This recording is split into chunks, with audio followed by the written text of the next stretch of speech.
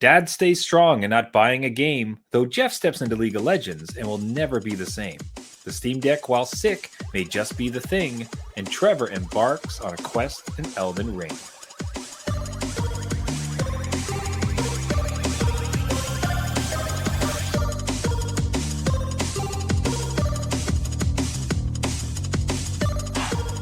The adult beverages are poured. The kids are asleep. Welcome to New Dad Gaming. It's a show about fatherhood, gaming, and new fathers figuring out their gaming lives.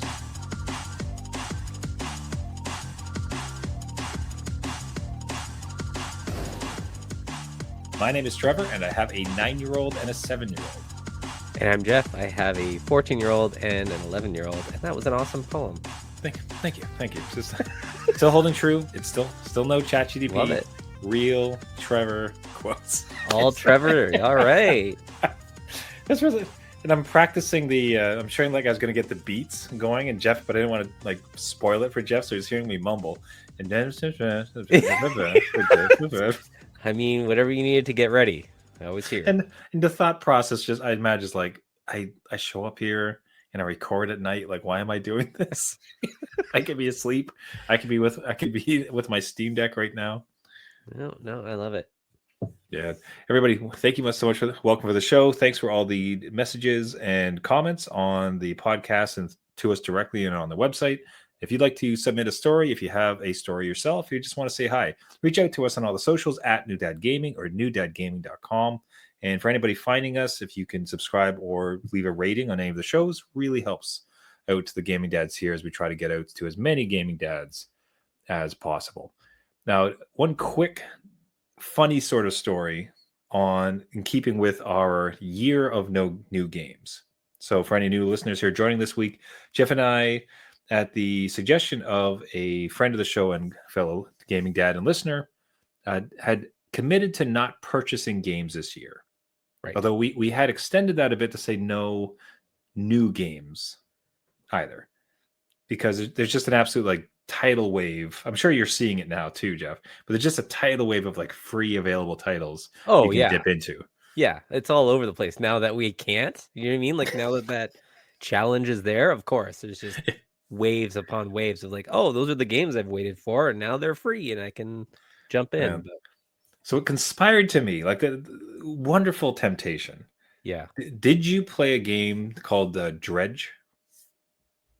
I have it, but I have not played it. Like, it's certainly within my ownership. I've never bothered to play it, of course. No, yeah, it's somewhere. Yeah. Okay, because so I had looked at this game and I had looked at it fairly fondly. Like it looked really interesting, cool art style, really well beloved. I almost get kind of like Faster Than Light vibes, but it's about inventory management and like slow unraveling of a mystery amongst basically dad tasks. I was like, oh, I got to go ship and like I got to go like dredge stuff out of the sea. So it's just like awesome, right? Yeah, I got to go clean up the ocean. I'll be back. Classic dad weekend activities, right? Yeah. So Dredge I always thought it looked fantastic, but I'd never played it before, so it's off limits. And then lo and behold, it becomes available for iPhone. Oh, so okay. Dredge, as the entire game, is now available on iOS devices. Oh, wow. And it's like, and that's one of those where, again, like it just cuts. You're like, damn, that would be such a great couple, 20-minute before bedtime type game on the phone. It's like, no. Now, I had been made aware of this from Reddit, and I'd click the link to go into the store just to see it. It's like, that's too bad, and I left. Inadvertently, I had clicked like pre-install, or like it's kind of like pre. It doesn't cost. As best I understand, it's either I didn't pay for it. Is what I know. I didn't buy it. Yeah. But I had somehow pressed it. So I woke up the next morning and it's like, oh, I'll check my emails. What the? Dredge is on my phone. It is just right there on the homepage. It's like, hey, buddy, heard you said some nice things about me. Want to give me a little fun time? Yeah. Just staring me in the face. It's like, come on. Wow. Even my hand slipped. It's installing. What Oh happened? no, my thumbs are actively dredging the sea. Oh Yeah. no, I'm having fun. Can't possibly get rid of this. I should jump in. Okay. All right. I deleted it because I Oh, just like, you no, deleted it. I thought you were yeah, gonna say you went in. no, Wow. no, no, no. Wow. I stayed true because I'd literally seen it and said to myself, I'm like, no, other things to play. Let's not do this. And then, of course, it's just there. It is even on my phone. Bad enough that I had to see it and know that it existed and know what I'm Right. missing. But it's even like it is a tap away from gaming enjoyment. But I wanted to stay true to the cause here. Wow. What the? You have a lot of willpower. That is like staring you, staring you in the face. Like absolutely no barrier to get into the game, and you Mm. still managed to escape the new game Hey. challenge. Oh, so far so good. Staying strong, trying to do our best here. But now we are a week late in delivering the show, and that's because Jeff has been doing his best rendition of the plague from the from the dark times. So Yeah. now, and what I'm as most so firstly, just classic dad home life or family life where kids just bring in illness, I suppose. But Yep. I'm more curious to hear that, but more curious to hear what sick life was like or made better by your Steam Deck. Yeah, I will say that, being sick is not fun. Especially these days where like I think everybody went a period of time where you didn't get sick, everybody was masked up. So again, it was just very rare. So now when you catch something, like it hits like a Mm. brick. So I was out, and yeah, I apologize to all our listeners out there. It's on me. I was just not feeling it, still recovering from it. But the gaming dad good part of it was the Dr. Steam Deck that I got to cozy up on the couch. And I've done this before with like the PlayStation, and you have the controller in your hand, you're just kind of like under blankets and you play on the TV. There's something about having that portable device though, like close to you, and just like I can like just get super comfy and just be on my side and just play something. Hmm. I will always sing praises about the Steam Deck and just portability of it. And it really just shined when you're sick and you don't want to move. And like you can play all the games that at least I want in my backlog, right? That's what we're doing. So I was in, sick with whatever plague I had and playing, my medieval game where the plague is actually rampant. So just You go to a living the witch dream. doctor. You go to a witch doctor in the game. It's like oh, I got some fresh leeches. That might work. And Yep. you're in such throes of fever. You're like, you know what? At I'm gonna do it. that might work. Yeah, Anything, please. I'll try everything. Let's go. Yeah, no, but it worked out great. I did find that some of those games really chug on the battery, like they eat the battery really quickly. Hmm. So the portability is kind of lost on some of the bigger games, but nothing that a little Amazon little quick buy for an extra long USB cable to hook that sucker in. And then I just gamed on that for like a clear week. Hmm. And it was just, I would recommend it, not even just outside of sickness, but when you're sick, it just really comes into its own. And I used to do that with the Switch too, actually. So like any portable device, I will recommend that you just, it's easy enough for gaming, and it's so simple Hmm. just to flip through whatever you need to, especially your backlog when it's all just there, Yeah. right? So I mean, I'm going to be calling out to. We had mentioned a fellow gaming dad that just was on the fence about purchasing and had just purchased it. Yeah. I need to reach out to find out how they're finding it, but in general, and I suppose you would confirm this, is that like this, it seems like they've cracked it. Like this, we were a generation that grew up on my beloved like Nintendo SP, but then there was Yeah. like Game That's right. Boys, and then we had made small forays into the PlayStation Portable PSP. Did you ever have a PSP? I did. I had Yeah. the first one before the Vita. Yeah, I had the PSP. Yeah. It was so impressive, but for somehow just not, it just was not quite as fun and didn't quite capture. It wasn't quite there. And even the Vita was like just fascinating, Yeah. but almost as an odd, it just didn't strike the right notes. Yeah. And then we went to a place where it's like, okay, well, here you can just play on your phone. And it kind of scratches the itch, but it's not quite the same. But what feels like we might be coming around to, maybe this is hyperbole. I suppose, if anything, it's a desire, a wish to put into the universe. I almost hope that we are now going to enter into a new golden age of handhelds. Yeah. Where it's like, you know what, like as much as we love our big gorgeous OLED screens, there's something to be said for cozy, small, intimate gaming. And between travel, between kids, between dynamic like houses and environments, like how fantastic is it just to have the device with you? So perhaps, and given the success of the Steam Deck, like maybe we are about to enter a golden age of the handheld. Yeah, I'd agree with that. Again, with Nintendo Switch 2 coming out and just continuing the same format, it seems to strike a chord with people, right? And I think even Xbox is developing some sort of handheld down the way. So more competition in that space is always a good thing as well, because the Steam Deck is a few years on. It will run what it can. It might need some tweaking with the newer stuff, but upgrades come down that path, and then this is what I'm doing now. Let's do a really quick Trevor Google something segment. Oh, I missed these. Yeah, no. Trevor's gonna Google something. Oh, you need a poem for this part, and we're Googling. Is there any Steam Deck 2 announced? Oh, no, yeah, they said it was a bit off. Okay, so they say that, Valve has said that the Steam Deck 2 is in development, but there's no official announcement or specific specs. It's waiting for a significant performance improvement without sacrificing battery life. Yeah, so the cool part about that though is that they allowed their OS to go out to other devices, so you can get the the Linux-based environment they've created with the Steam OS and put it on whatever else is out there. So they're open to competition, knowing that they've come first out of the gate, and really it's all Steam library games anyway, so they're getting a cut regardless. So like, win. Yeah. That it might. Who knows? Maybe the Steam Deck 2 is the new Half-Life 3. Oh, can you imagine? It's always just beyond, but because there's so many other games flooding in this case, like handhelds are like, whatever. You're fine. Just don't do that to me. It'll never happen. It'll never come to me. We'll hope for it.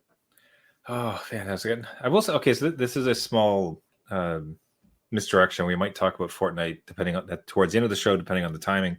But again, like Gaming Dad, friend of the show, on the Steam Deck cannot play Fortnite. No, right? So much like, and I think you found out, and we're also going to talk about League of Legends. Yeah, but they also can't play that, and that's because with Linux does not support the anti-cheat software you have to have installed to play these like online games. But what the Gaming Dad found was that doing game stream worked unbelievably well.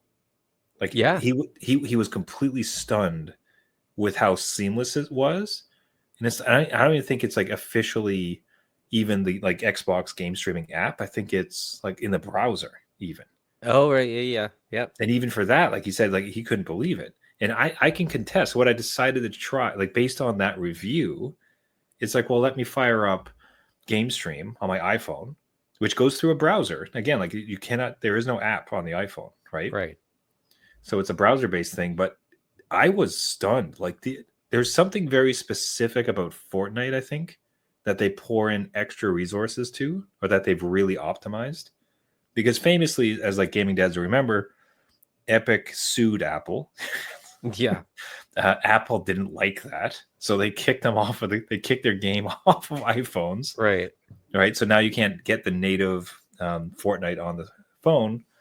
But Microsoft stepped up to the plate, seeing an opportunity, and decided to like, hey, you can just use our Xbox game stream service to stream it for free, even if you don't have Game Pass, to your phone. And I've had good success with game streaming, but every now and then you get like a lag. It's not 100%. Right. Fortnite felt like 100%. I could not believe how fast it was. So I get the impression that they put a lot of engineering around making sure that this game in particular is like incredibly optimized for this exact delivery. I mean, that tracks if it was once on the phones and now not so much. But yeah, even just I stream like just PS5 games and stuff. I don't do the actual streaming service through the browser and stuff. But yeah, no lag, no nothing. Like just do what you want right to your portable device. It's just another option, right? We've talked about gaming everywhere. You have all these options in the world. It's like you think back to your childhood, you'd be like, man, I wish I could just game in my room or in the car, and now you can't. Like, oh my god. If only I could game in my car, Papa. Yeah. It would be so great. Right? Instead of being the Game Boy with the side, like with the window and the my street God. lights, you're trying to see everything. Yeah. Go back to counting trees.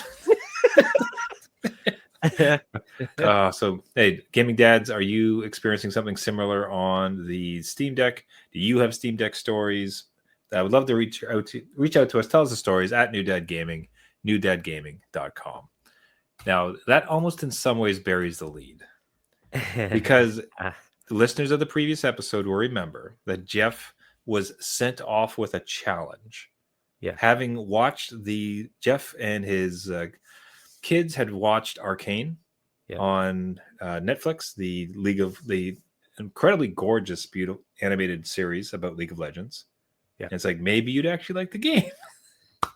So he was so he was set off to try to play the game, and more importantly, see if he could like battle his kid in League of Legends. So inquiring minds want to know, how did this League of Legends dad experience go? So a bit of a false start, just trying to not strong at the beginning. Well, just even to figure out how to install this thing, because on the Steam Deck, I think you alluded to it, it doesn't work. The anti-cheat, I forget what they call it, Valiant or something like that. It doesn't compute with the Linux environment, and you can't do it. So I had to go to my old MacBook, install it there, which fine, not an issue, right? But I kind of wanted it on the Steam Deck. At least I have another like laptop that I could work with, whatever, right? So I get into this thing, and immediately, like, when you step into a new game, much like Fortnite, let's say, you haven't been there for a while, and you're just overloaded with stuff. Like, it's just because they have, like, this game is what, 12, 15 years old. So like they have a lot of built up stuff, right? Like just the environment and the options and what's going on, and there is a store and microtransactions and all this other stuff, right? So it took a little bit of a learning curve to even just get in the game, but it was okay. Hold on, it was just I had to do homework to get in there. I don't know. So I'd like you to describe choosing a character. Okay. Yes, absolutely. There are so many characters in this game. There are, I think you pulled it up. It's over, I think it was over 150. 170. Yes. 170. Okay. Are you kidding me? There. How would you possibly optimize and know how to play against 170 things? My God. Yeah, this is what I found out, Trevor, through my learning experience in League of Legends, is that not all characters are created equal, and they're not all created equal to go in all areas of the map that you're supposed to play. Apparently, there are certain pathways that if you choose a character that is more like, let's say, melee based versus ranger based or whatever, there are areas on the map that you're supposed to kind of go to collect. They collect territories almost, and then you go towards the other player at the other end, you beat up his base and you win, right? So being presented with 170 characters is a lot. It's a lot. And me just being a new gaming dad to this, coming off Arcane, just getting into the things, I took the tutorial, and it gives you some characters like right away. It's like, hey, you can select some abilities. I think it gives you a free character, like enough coins or whatever their currency is. Yeah, no, sorry. So all the players aren't unlocked at the beginning? Okay. No. I think there's maybe, I want to say 12 to 15 that are unlocked. It's almost like one scroll. From what I remember, was one scroll of character portraits was unlocked. And then you had to play the game or buy the credits to get the other ones. So a lot of the other, like the currencies earned by playing, or there's ranked matches, but they're obviously worth more. And I think there's another alternative currency that buys you other stuff. So it's intense. There's a lot here. I will say that the characters aren't like, they're almost like cosmetic, right? So like, yes, they play differently. Yes, they have different abilities, but you're not going to necessarily win just because you have that one character. Lots of characters are easier to learn, but those are the ones they give you. So kind of like the higher level, like the more expert, complex things to work with are the characters you have to unlock. So Okay. I guess if you play it for a while and you're a little bit more experienced, that's kind of, I don't know, progression, I guess. So yeah, it's a lot to get into it. Just a note, just quickly for gaming dads out there that I want to step into League of Legends after watching something like Arcane. Don't pick the characters in Arcane because they are not good to work with. Found that out. As in they're complicated, they don't win much. Like, what is the Yeah, like one is not beginner friendly? So yeah, they're not really beginner friendly. One is melee character Vi. She is again up close and personal. You don't want that with people that know what they're doing. Even the AI that you can play against, they know what they're doing. You do not. You kind of want to stay back. So stuff like that. I will say that a lot of people warn me like don't play this game because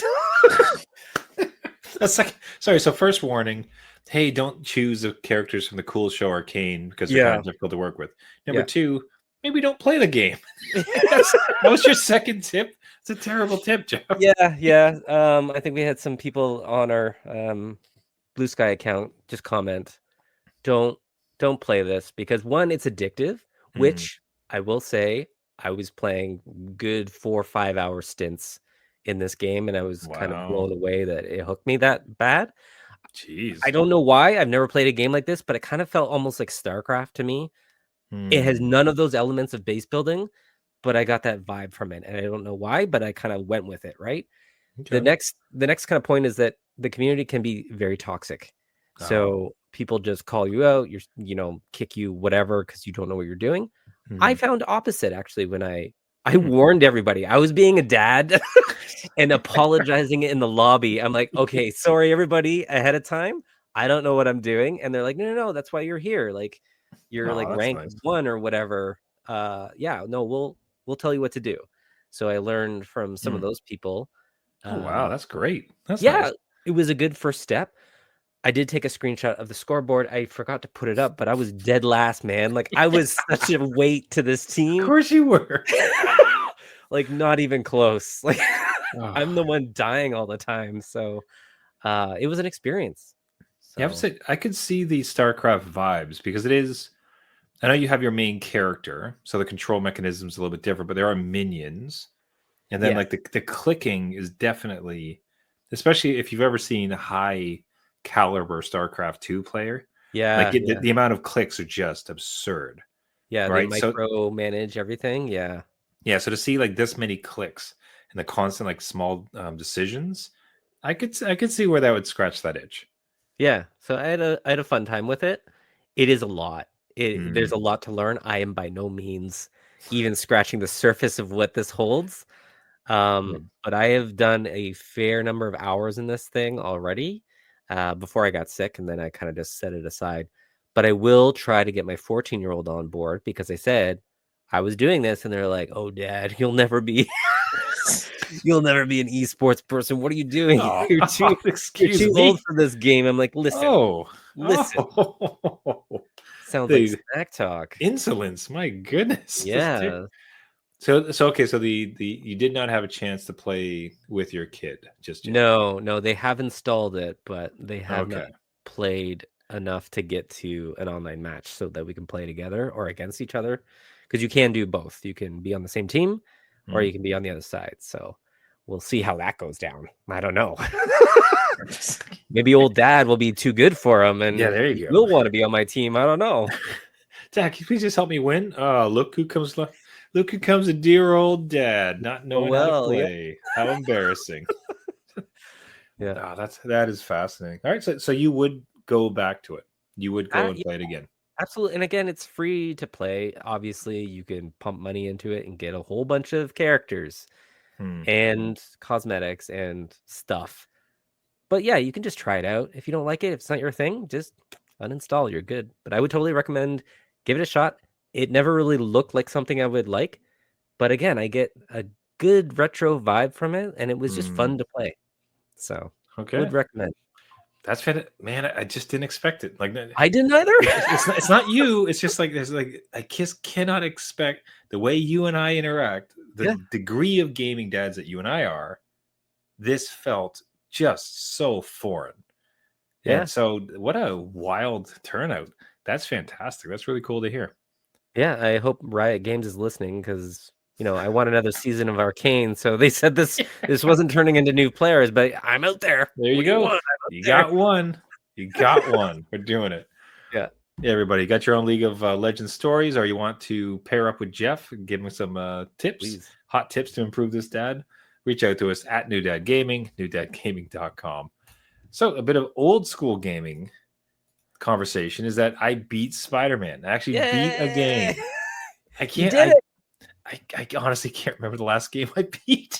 I was going to say, what is the last game you beat? I think it's been a while. Man, I really cannot think of a game that I've beaten in like ages. Marvel Snap, does that count? Like, do you beat it? Never. You can't beat it. That's on forever. Okay, all right. I know for sure I beat Hades, like the first one, not the second. That's out. Okay, yeah, that's a few years ago. Jeez, dude, I think I've been bouncing off so many these last couple of years that I just have not beaten any games. And Snap was my main jam, right? The previous year, so I think like.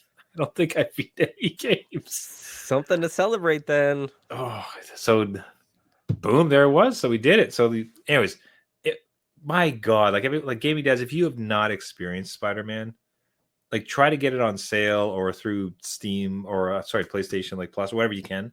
It's just like, my God, it's fantastic. I know it's old at this point. I know there's a whole second one, but even going back to that first one, like my damn God, like it is so good. I cannot like the story. The gameplay, like how powerful if you get to feel like the swing. Oh, sorry, by the way, for the final boss battle, I lowered it all the way down. Difficulty. I was like, I was ready to be done. Yeah. It's like I've played a lot of this. I think I even got like 85% completion. Like I played a lot of the game. Okay. Right. Yeah. But it's one of those moments where it's like the last boss, like where he's at. Yeah. And I'm doing some side mission stuff, and I just got to that point. It's like, you know what? That's okay. That's enough. That's done. Okay. But I'm also not that particularly good at gaming, so it's just like lower it all the way down. I know this final boss is gonna be hard. I'm not great at this game. I just want to beat it. Yeah. And it was awesome. It was so great to just be able to go through the motions of the final. It's not like it's baby mode in the sense that like I could just do whatever I please, but it's definitely super easy. It's not like I was not gonna, unless I was trying to, I was really not gonna die. But it's still presented there's enough of it that there was still the tension. You know what I mean? Not because it's like, oh my God, I could die in any moment because this is so hard. It's like, well, this is clearly easy mode. But even so, just with the way they presented it, it was still, there was an intensity to it. It was like amazing. Yeah, there's some quick time events in there, I think, too. Okay. Yeah. All right. That's good. So you went easy mode. Beat Spider-Man. So you go on Spider-Man 2 or no?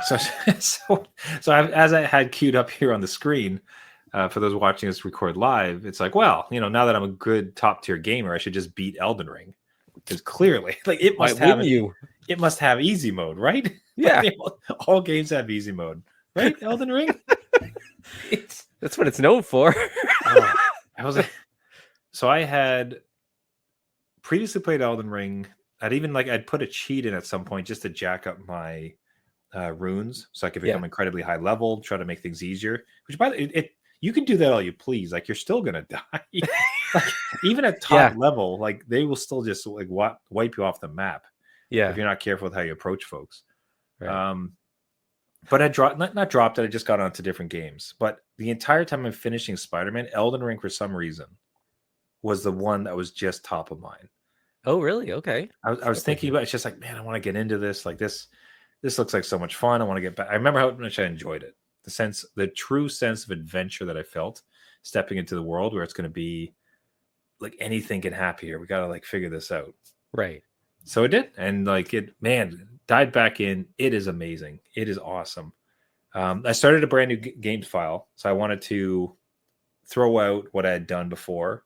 Right. And just see if I can kind of like start fresh and start from scratch. So I've been watching tutorials, like just to try to guide me around. I'm trying to avoid this. These are the this is the step by step what you have to do to beat the game. Okay, yeah, I see what you mean. Yeah. I'm trying to avoid like the optimal path so that I can kind of, you know, move around and just enjoy it. But when I come to a boss like that, I'll try it a few times, but often I'll look at it like a guide online to try to figure out, okay, this is how you defeat this boss. Yeah, sorry. Go ahead. Yeah, just to keep the effort like, you know, somewhat time boxed. No, totally. And I would I was going to add just part of the lure of Elden Ring was just like wandering around and then figuring out very quickly, like, oh, I'm not supposed to be here yet, right? Like, but some of the bosses or some of the enemies where you think that like are actually perfect for your level. There's just a way to do it. So sometimes I would recommend just going online and be like, hey, you know, this area, am I like what level or what kind of stuff should I have to be in this area? Because some of them are like overly difficult when there's like, you know, poison or whatever floating around. And you're like, well, how do I make this easier? Like, am I supposed to be here or am I not? Like, am I actually just making it harder for myself? Because Elden Ring won't tell you. They'll just be like, okay, you want to go to the final boss? Okay, go for it there, champ. Let's see how you do. Good luck. Yeah. No, so just been great. Like, it's just my word. Like, I cannot believe this game exists. Seems to be like a common refrain for me. Like, it's as if I've been birthed into the world just yesterday, or came out of a cryo sleep. Yeah. For like 20 years. It's like, what are games like? Is there a new Mario? And then someone hands me it's like, what is this? I can't believe the size of the world. But you can portably game your PC now. Look at this. In your hands. Oh, it's amazing. But yeah, absolutely loving it. So that's the next one. I'm curious if I would stick with it to beat it. Yeah. Because, you know, it's not entirely uncommon for like lovers of this game to this is the game that they play. So there's like they have like 1,000 hours in it type of thing.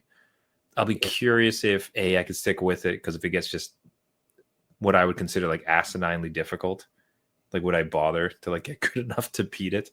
And then B, just like the scope and the size of it. You know, am I going to get? I don't want to say like bored's not the right word, but it's like that's kind of enough of this. Yeah, it is quite big. Again, I spent probably 100 hours in that sucker. Just I took my time with it, and I didn't necessarily know where to go. But you don't have to do everything in it either.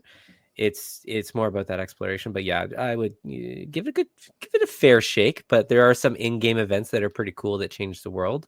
So to experience those and then maybe just call it after, you'll know. You'll get it. But even you jumping back into this makes me want to jump back into the DLC. I never finished it. Right, I was a few hours into it, or tens of hours. Was there already one DLC and there's more DLC, or it's only like there's only been one DLC? One DLC, and it's basically like an entire game. I don't know why they call it DLC. This is huge. That's like the Erd tree, is it? Yeah, or Shadow of the Erd tree. So that just rolls off your tongue, you know? Yeah, right. Erd tree. Yeah, it's again intense, and I need to go back and complete it. Now that you showed me this, I'm like, well, maybe I do need to get back into it. Maybe Trevor's inspiring me. So it's just so good. It's just like that. I'm trying to think about like there's something about I almost wish it was more accessible, but perhaps the lack of accessibility is why it's so great. But what I mean by that is just like I cannot overemphasize the sense of wonderment and adventure you get to feel with this one. Like, and I'm sure like you felt it's just like the world is huge. Like there's so much reward for just like, I'll just go. I see a castle in the distance. I'm just going to go there. And it's like, oh my God, it's a whole thing. And there's like 16 layers below the surface. And there's like this crazy lore story. Yeah. Like, the world is just bustling with heaps of interesting events and people and stuff, and there's always somewhere to go and check out. And I find that it really respects your time because it's vast, but it's not vast like a Ubisoft game where it's like, okay, I'll let you walk in the desert for 5 minutes with nothing. Like every nook and cranny of this thing is just jammed full with stuff. Yeah. Right. Yeah, so like totally. Man, so anyways, it's just like that sense of wonderment. Like I can't. Besides, again, the only one I can compare it to is like Ocarina of Time, Nintendo 64, coming from like 2D systems launching into the first 3D one, and you walk into the meadow for the first time. And you Right. can just go everywhere. You're like, what is this? This is amazing. Yeah. Yeah, again, this hooked even just me originally with my kids watching, right? Like, or at least my youngest, who helped me through it. But just the wonderment of just them like, what's around that corner, Dad? And then immediately it's a death trap. But It's a like, dragon. it's fun dying in this game. Again, it's pretty lenient on like save points or graces. Yeah. They're pretty plentiful versus their old stuff. Yeah. And then you can also fast travel at any point. Yeah. There's no cost. You can just jump around to anything where you saved. Like, Yeah, it's difficult, but they really respect the player. And I think that's why it makes it Dad. And maybe that's just part of it too. It's just like, here's this huge, massive world, but we respect you and your time. And like, you can get good enough to just beat it with like nothing if you wanted to, or you can just grind it out and figure it out. Yeah, again, either way. However many dad hours you want to put into it. Be your game until Grandpa Dad Gaming. Who knows? Yeah. The game save file that I'll pass on to my kids. In your will, like beat it for Dad, please. Come on, beat the game. They look at it, it's like, this was your file? You're so bad at this game. Like, what are you doing? At least my kids would. They'd be like, "What are you doing? You're not min-maxing your stats at all, Dad. What are these rookie numbers? Like, you put it into vitals, like vitality, everything, or what are you, mental?" Yeah, no, they would totally tell me immediately. Oh, gotta love it. All right, let's wrap it up there for the week, everybody. This has been New Dad Gaming. Thank you so much for listening. As we say, do you have an Elden Ring story? Did you have a particular fondness for the Steam Deck during a particular time in your life when it came in handy? Are you a League of Legends player who wants to help out dear old Dad Jeff figure out how on earth to smoke his younger kid? We'd love to hear all these things and more. Interact with the listeners here is one of the favorite parts. So do reach out to us at New Dad Gaming on all the socials, Blue Sky, Twitter, X, Instagram, Facebook, anywhere you can find us. And otherwise, from our website, you can email us there, newdadgaming.com. If you did like the show, what really helps us out is going over to any of the major podcasting networks. So we're talking Google, Spotify, Caster, iTunes, anywhere where you get your podcast, search for New Dad Gaming. A subscription really helps, and even more so, a rating and a comment helps to blast out the Gaming Dad podcast to everybody else out there, all the other gaming dads. All got to start our own little League of Legends leagues. Legends League. Oof, that just rolls off the tongue. League of Legends League. What do they call the professional one? There's no way they call it the league. They might. Oh, I don't know. Leagues. I play League. I think that's what they say. I played what they say. What those young kids say. You'll get there. You'll be in the top tier. We'll see what happens. Oh yeah. Okay. Yeah. All right. Well, we'll see where we end up. Again, once everyone, thanks for listening. Until next week. My name is Trevor, and I have a 9-year-old and a 7-year-old. And I'm Jeff. I have a 14-year-old and 11-year-old and a League of Legends account. Crank it up, buddy. Get all 170. Got to collect them all. That's your new Pokemon.